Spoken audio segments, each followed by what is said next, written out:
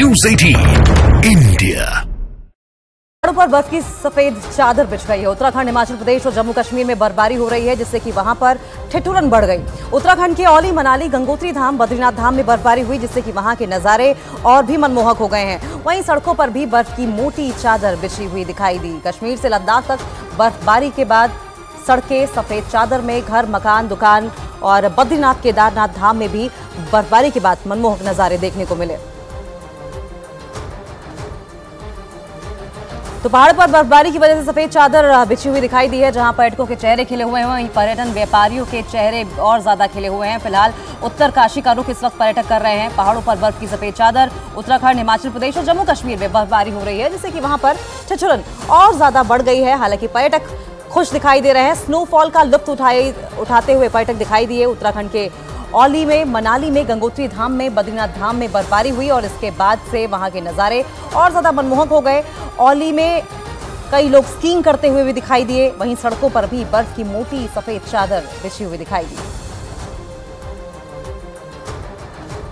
ये 5 तस्वीरें आपकी टीवी स्क्रीन पर आप देख रहे हैं, चमोली उत्तराखंड से हैं। वहीं औली उत्तराखंड पे, जहां पर पहाड़ों पर सफेद चादर बिछी हुई है। मौसम ने किस कदर करवट बदली है, उत्तरकाशी की तस्वीरें भी बता रही हैं।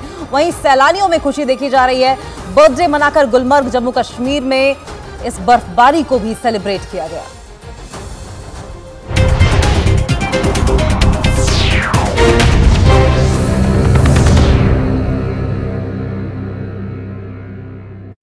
आप सिर्फ और सिर्फ बर्फ ही नजर आई, लेकिन जम्मू कश्मीर के लोगों के लिए परेशानी उस वक्त बढ़ गई जब मौसम विभाग ने वहां भारी बर्फबारी का अलर्ट जारी कर दिया। मौसम विभाग के अलर्ट के मुताबिक 20 और 21 फरवरी को जम्मू कश्मीर में भारी बर्फबारी और कुछ इलाकों में भारी बारिश भी हो सकती है। सिर्फ जम्मू कश्मीर ही नहीं, बल्कि हिमाचल प्रदेश और उत्तराखंड के भी ऊंचाई वाले इलाकों में मौसम विभाग ने बर्फबारी और बारिश का अनुमान जताया। इसी वजह से यह आशंका जताई जा रही है कि आने वाले कुछ दिन पहाड़ी राज्यों में रहने वालों के लिए मुसीबत बन सकते हैं। इसीलिए मौसम विभाग ने लोगों को अपने घरों से नहीं निकलने की अपील की। और सिर्फ पहाड़ी राज्यों में नहीं, बल्कि देश के मैदानी इलाकों के लिए भी मौसम विभाग ने अगले 2 दिन तक बारिश का अनुमान जताया। अलर्ट यह भी है कि बारिश की वजह से दिल्ली समेत कई राज्यों में तापमान में फिर गिरावट दर्ज की जा सकती है। और अगर ऐसा हुआ तो फिर पूरे उत्तर भारत में ठंड वापस आ जाएगी। मौसम विभाग की तरफ से जो अलर्ट जारी किया गया, उसके मुताबिक अगले 2 दिन यानी 20 और 21 फरवरी को दिल्ली, हरियाणा, राजस्थान, पंजाब, उत्तर प्रदेश और बिहार में बारिश हो सकती है। अनुमान ये भी जताया गया कि बारिश की वजह से इन राज्यों में तापमान में गिरावट दर्ज की जाएगी, जिसकी वजह से लोगों को एक बार फिर ठंड से दो चार होना पड़ सकता है। मौसम के उलटफेर की वजह से उत्तर प्रदेश के 24 जिलों में बारिश और ओले गिरने का अनुमान जताया गया। मौसम विभाग के मुताबिक उत्तर प्रदेश में बारिश का दौर 24 फरवरी तक जारी रह सकता है और इस दौरान 30 से 40 किलोमीटर प्रति घंटा की रफ्तार से हवाएं भी चल सकती हैं। मौसम बिगड़ने की वजह से, या यूं कहें कि बारिश हुई तो सबसे ज्यादा नुकसान फसलों को होगा और इससे किसानों की परेशानी बढ़ सकती है। यही नहीं, पहाड़ी राज्यों में बर्फबारी का दौर जारी रहा तो वहां से मैदानी इलाकों में पहुंचने वाली हवाएं लोगों को फिर से ठिठुरने के लिए मजबूर कर सकती हैं। और जम्मू कश्मीर में तो भारी बर्फबारी का असर कश्मीर यूनिवर्सिटी की परीक्षाओं पर भी पड़ा। जम्मू कश्मीर में लगातार हो रही बारिश और बर्फबारी की वजह से सुबह होने वाली कश्मीर यूनिवर्सिटी की सभी परीक्षाओं को स्थगित कर दिया गया। कश्मीर यूनिवर्सिटी की ओर से जानकारी दी गई कि नई तारीखों की घोषणा बाद में की जाएगी। उत्तर प्रदेश के संभल में प्रधानमंत्री नरेंद्र मोदी ने कल्की धाम के शिलान्यास समारोह में कल्की धाम ट्रस्ट के अध्यक्ष आचार्य प्रमोद कृष्णम की खूब तारीफ की। इसके साथ ही उन्होंने विपक्ष पर हमला बोलते हुए उन पर हिंदू विरोधी होने का आरोप लगाया। प्रमोद कृष्णम को हाल ही में कांग्रेस ने पार्टी से निकाल दिया था। कल्की मंदिर के लिए इन्हें पिछली सरकारों से लंबी लड़ाई लड़नी पड़ी, कोर्ट के चक्कर भी लगाने पड़े। जम्मू कश्मीर के पूर्व मुख्यमंत्री फारूक अब्दुल्ला ने गुलाम नबी आजाद के पीएम से मिलने वाले बयान पर हैरानी जताई। इससे पहले गुलाम नबी आजाद ने दावा किया कि फारूक अब्दुल्ला ने बीती रात प्रधानमंत्री नरेंद्र मोदी और अमित शाह से मुलाकात की। वज़ीर आज़म से मिलना है या अमित शाह साहब से मिलना है तो मैं दिन को मिलूंगा, रात को क्यों मिलूं? पटना में मुख्यमंत्री नीतीश कुमार नई लग्जरी इलेक्ट्रिक कार से विधानसभा पहुंचे। हाल ही में नीतीश सरकार ने पर्यावरण को लेकर जागरूकता फैलाने के लिए सभी मंत्रियों को इलेक्ट्रिक गाड़ियां दी थी। इधर सुप्रीम कोर्ट से कर्नाटक के मुख्यमंत्री सिद्धरमैया को 2022 में हुए प्रदर्शन के एक मामले में राहत मिल गई। सुप्रीम कोर्ट से कर्नाटक के मुख्यमंत्री सिद्धरमैया को 2022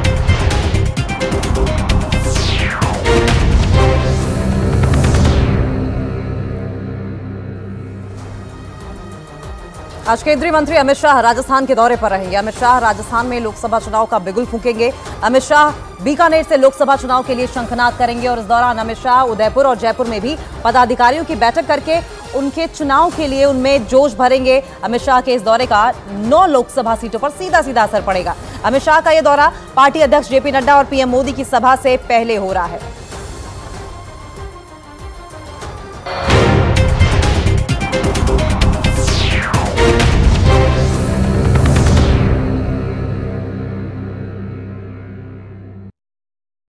मामले में बड़ी राहत मिली।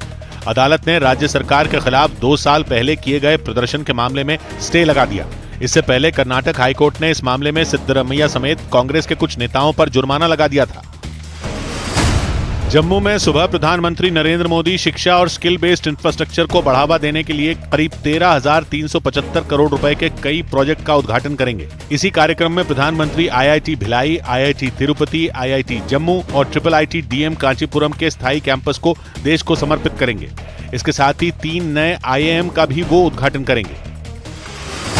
केंद्रीय गृह मंत्री अमित शाह सुबह राजस्थान से लोकसभा चुनाव के लिए चुनाव प्रचार का आगाज करेंगे। वो बीकानेर, उदयपुर और जयपुर में जनसभाओं को संबोधित करेंगे।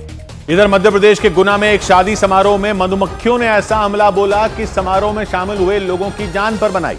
वहां सैकड़ों की तादाद में मधुमक्खियों को देखते ही अफरा तफरी मच गई और कुछ तो जमीन पर लेट गए। इस दौरान जो लोग हॉल के अंदर भाग सकते थे वो अपनी पूरी ताकत लगाकर भागे। जो नहीं भाग पाए वो जहां तहां छिपने की कोशिश में लगे नजर आए। कोई पेट के बल जमीन पर लेट गया तो किसी ने कपड़े से अपने मुंह को ढक लिया, क्योंकि अचानक वहां पहुंची मधुमक्खियों ने तांडव मचा दिया। जैसे ही मधुमक्खियों ने वहां हमला बोला, मेहमानों से भरा वो ग्राउंड सेकंडों में खाली हो गया। जश्न मनाते लोगों के बीच भगदड़ मच गई। बताया गया कि इस दौरान मधुमक्खियों ने 1-2 नहीं बल्कि 25 लोगों को काटा। इनमें 3 लोगों की हालत तो इतनी खराब हो गई कि उन्हें आईसीयू में भर्ती कराना पड़ा। इस बीच केरल में हाथियों के हमले से लोगों की मौत के मुद्दे पर सियासी बवाल बढ़ गया। केरल के वायनाड में हाथियों के हमले में 10 फरवरी को वन विभाग के अजीश नाम के कर्मचारी और 17 फरवरी को एक गाइड की मौत हो गई थी। इसके बाद केरल के राज्यपाल वायनाड जाकर मृतकों के परिवार से मिले, लेकिन वायनाड से लौटते हुए कन्नूर में उनका सामना लेफ्ट के छात्र संगठन SFI से हो गया और उनका विरोध देखकर राज्यपाल आरिफ मोहम्मद खान का पारा चढ़ गया। उन्होंने गाड़ी रोकी और उतरकर SFI कार्यकर्ताओं को चुनौती दी। उन्होंने पहले तो उन्हें वहां से जाने को कहा और जब विरोध शांत नहीं हुआ तो वो भड़क गए। आरिफ मोहम्मद खान इसलिए भड़के क्योंकि पुलिस ने पूरा जोर लगा दिया, लेकिन लेफ्ट के छात्र संगठन SFI के कार्यकर्ता काबू में नहीं आए। वो काले झंडे लेकर राज्यपाल की गाड़ी के आगे खड़े होने की कोशिश करते रहे। ये देखकर राज्यपाल आरिफ मोहम्मद खान को गुस्सा आ गया। उन्होंने प्रदर्शनकारियों को सीधी चुनौती दी। आरिफ मोहम्मद खान रात में कन्नूर के रास्ते वायनाड गए थे और हाथियों के हमले में मारे गए लोगों से मिलकर वो उसी रास्ते लौटे और एक बार फिर उनका विरोध हुआ। इससे पहले रात में भी उनके काफिले को काले झंडे दिखाए गए। केरल में यह सारा बवाल हाथियों के उत्पात की वजह से हुआ, क्योंकि वायनाड के लोगों ने केरल सरकार पर उनकी समस्या का हल नहीं निकालने का आरोप लगाया था। इसी के बाद केरल के राज्यपाल वायनाड रवाना हो गए, लेकिन रास्ते में ही लेफ्ट के छात्र संगठन SFI ने उनका विरोध किया और उनके काफिले को काले झंडे दिखाए। ये लोग कन्नूर में उस जगह खड़े हुए जहां से राज्यपाल आरिफ मोहम्मद खान का काफिला गुजरा। इन लोगों ने काले झंडे दिखाए ही थे कि पुलिस वाले आ गए।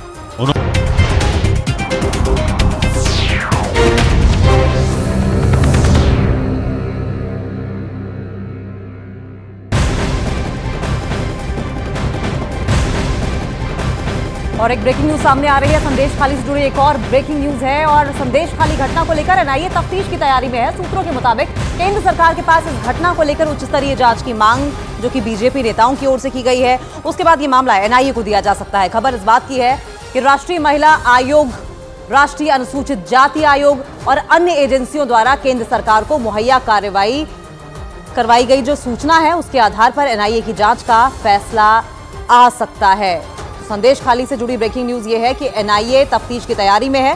सूत्रों के मुताबिक केंद्र सरकार के पास इस घटना को लेकर उच्च स्तरीय जांच की मांग जो कि बीजेपी नेताओं की ओर से की गई है, उसके बाद ये मामला NIA को दिया जा सकता है। और खबर इस बात की भी है कि राष्ट्रीय महिला आयोग, राष्ट्रीय अनुसूचित जाति आयोग और अन्य एजेंसियों द्वारा केंद्र सरकार को मुहैया करवाई गई सूचना के आधार पर NIA की जांच का फैसला लिया जा सकता है। तो बड़ी अपडेट आपकी आ रही है सामने, जहां एक तरफ शुभेंदु अधिकारी आज संदेश खाली जाएंगे, वहीं महिला आयोग की अध्यक्ष रेखा शर्मा की ओर से कहा गया है कि महिलाओं के उत्पीड़न को लेकर कार्रवाई करने की सख्त जरूरत है। हालांकि उनका साफ तौर पर यह कहना है कि बंगाल ऐसी जगह नहीं रह गई है जहां पर महिलाएं सुरक्षित है। लेकिन ऐसे में एक ब्रेकिंग न्यूज सामने ये आ रही है कि संदेश खाली घटना को लेकर एनआईए की तफ्तीश की तैयारी है, यानी कि एनआईए के हाथों में दिया जा सकता है। कल कोर्ट की ओर से भी कहा गया था कि आप हाईकोर्ट का रुख करें, क्योंकि हाईकोर्ट एनआईए को, सीबीआई को यह मामला सौंप सकती है। सूत्रों के मुताबिक केंद्र सरकार के पास इस घटना को लेकर एक हाई लेवल इन्वेस्टिगेशन की मांग जो कि बीजेपी नेताओं की ओर से की गई थी, और उसके बाद ये मामला अब एनआईए को दिया जा सकता है।